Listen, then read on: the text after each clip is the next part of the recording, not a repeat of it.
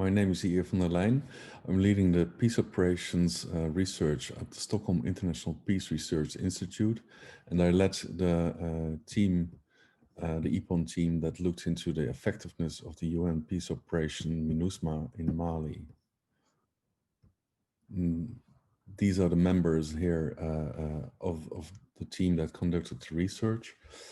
The research was published last year, and it was mainly based on 2 visits of the team in 2018,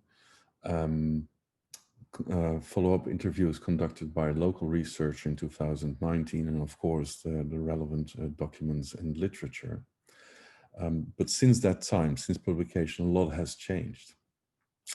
One of the main things is, of course, the protests and eventually the military coup. So in addition to the report and the findings of the report, I will also in this presentation give a little bit of an update. Initially, MINUSMA's mandate focused on the north, but now it has to deal with the center as well. As you can see on the slide, the mandate, it currently has to restore state authority and support the political process, and with the attention for the center, it also has to protect the population in those regions. And then the question on the effectiveness of the operation. It was relatively successful after its deployment. It helped to stabilize the north. It enabled the return of refugees, as you can see here in this slide. It supported the organization of elections, and it helped to bring about, contributed to it, the Algiers Agreement. Now, if you can see from this slide showing the data of conflict data, and the fatalities in particular, that it was mainly successful until 2016. Although many of its achievements still remain relevant, progress in the north has stagnated and the center has destabilized dramatically. And if we go back to the previous slide, also when looking at refugees and IDPs, for example, the number of IDPs last year increased again to 290,000, so up to higher levels. Although the mission is in support of state authority, particularly after the Algiers Agreement, support for the government has decreased, as you can see in this slide. The Algiers Agreement was in 2015, and that's the moment that support for the government actually starts to decline, particularly. Particularly last year, support for the government has decreased further in the center of the country.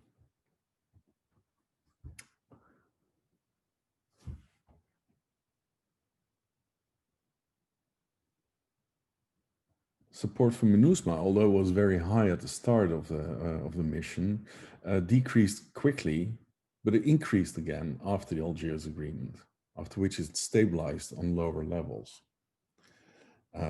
comparable to the satisfaction actually with the government. Last year, support levels decreased again, as you can also see in this slide. And what is remarkable here is that support for the mission is highest in the north, where MINUSMA is also most visible. In the center, it is lower, but there the main criticism is we want to have more attention from MINUSMA, whereas in the south of the country, criticism in MINUSMA is that it doesn't fight terrorists and is an infringement on sovereignty of the country. While there is a lot of criticism on MINUSMA, when asked, interviewees and focus group meeting participants always responded with, on the question, what if MINUSMA were not there, with the answer, oh no, then things would be much worse. Now, the mission faces 4 major challenges. And the first one is hostile attacks and the hostile environment in which it's operating. And you can see here in this slide, MINUSMA is the most dangerous contemporary mission. This year, so far, the situation has improved. It has only suffered 6, mind you, 6 fatalities due to hostile acts.